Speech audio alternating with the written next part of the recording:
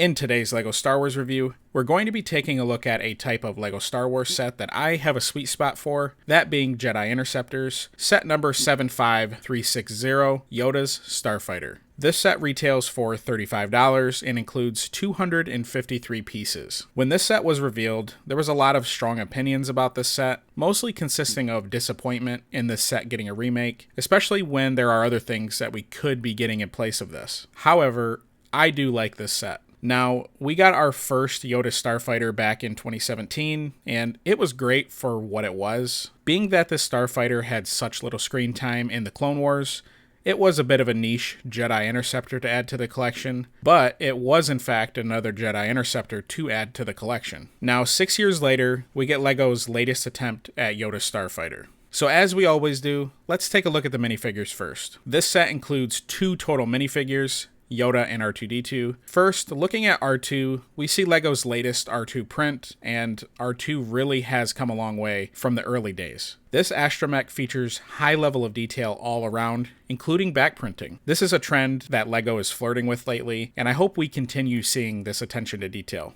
One thing that LEGO just can't seem to get right though, even to this day, is a level of consistent print on the astromech head. Mine isn't too bad here, but it is definitely noticeable. Not a deal breaker for some people, but just a little disappointing for me. The included Yoda minifigure here is our typical run-of-the-mill Yoda figure that we've been getting for quite some time. Yoda features front and back torso printing, but no leg printing. But this is fine, I suppose. I don't really know what kind of print could even be on the legs here. But that is it for minifigures. I've heard other reviewers' opinions about the lack of a third figure, and I agree for the price point. But for the set itself, this is fine. In the Clone Wars episode that this Interceptor was featured, Yoda and R2 are the primary characters. Sure, there is Darth Bane, Darkside Yoda, and other characters, but again, the focus with this ship is just Yoda and R2. So, moving on to the set itself, as I said in the beginning, I am a sucker for Jedi Interceptors. I especially like when we get a remake that really improves on the design of the ship, even in small ways. But in my opinion, the updates to the set are not as minuscule as some people may have said. The overall appearance of the set may seem similar, but when taking a closer look, the details on this set are really great. This set does a great job of capturing the Jedi Interceptor that we see in the Clone Wars. This set features an updated cockpit design with more details along the top. Unfortunately, using stickers, but these extra details increase the set's accuracy.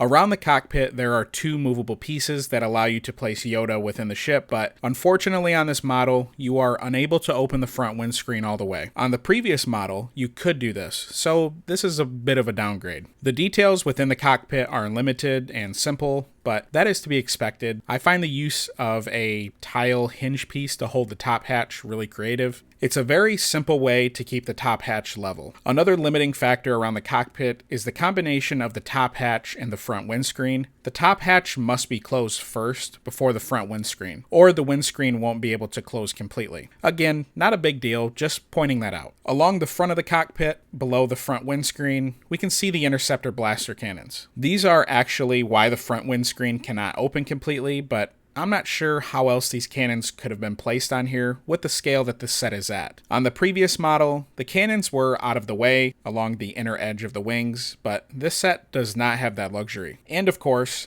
I can't forget about spring-loaded shooters. Moving towards the back of the ship, we of course have a spot for R2-D2 to sit. At first glance, it may seem like he's sitting a bit high up. Normally, astromechs are supposed to sit a little bit more flush with the ship, but this is actually accurate to what we see in universe. So this maintains universe accuracy. Around to R2 spot, we see LEGO's newer slope tile piece, the same piece in fact that we see in the 332nd Clone Battle Pack. I love to see new pieces used. Along the side of the cockpit, 2 stickers are applied to represent a Black Republic logo. Flipping around to the back of the Interceptor, we see R2's back print with all of its glory. There is also a small clip piece here for Yoda's lightsaber to store away. I always appreciate when lightsabers can be stored inside the cockpit with the Jedi, but in this case, I don't think that could have been achieved at all. Now on the back, we also see 2 light trans blue rounded inverted tile pieces that represent the ship's engines. And of course, we also get to see the back of these included spring-loaded shooters. Overall, the core of the ship really had a nice facelift, and this looks closer to what we see in universe. Moving on to the wings of the Interceptor, these saw a very impressive upgrade as well. The outside of the wings are designed quite minimally, with nice flat surfaces running along the entire outer edge. The wing features a 2x2 round tile that unfortunately has another sticker, but this is what we saw on the previous model as well.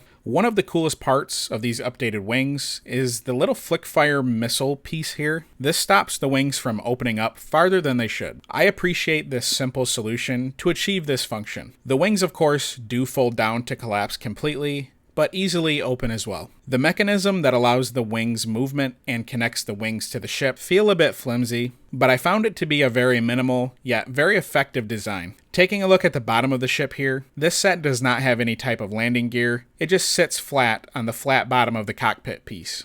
So overall, this is a really nice updated Yoda Starfighter. I know some people hate that this set exists, but I do enjoy it. I think that it is well built, well designed, and the small details were incorporated very well here. This is an improved design when looking at the previous version of this set. LEGO's new pieces clearly made it easier to design this set to be closer to what we see in universe. Now, it isn't perfect, but LEGO's latest attempt at Yoda Starfighter was well executed in my opinion. Now, for $35, this is tough. I feel like this set would be perfect at $20 to $25, just like a typical Jedi Starfighter. However, this might be LEGO's new price point for all Jedi Interceptors moving forward. Don't forget, we saw that $10 price increase last year. I suggest waiting for this to go on sale before picking it up, but again, this is a great set, and it's a good buy if you're a Star Wars Clone Wars fan.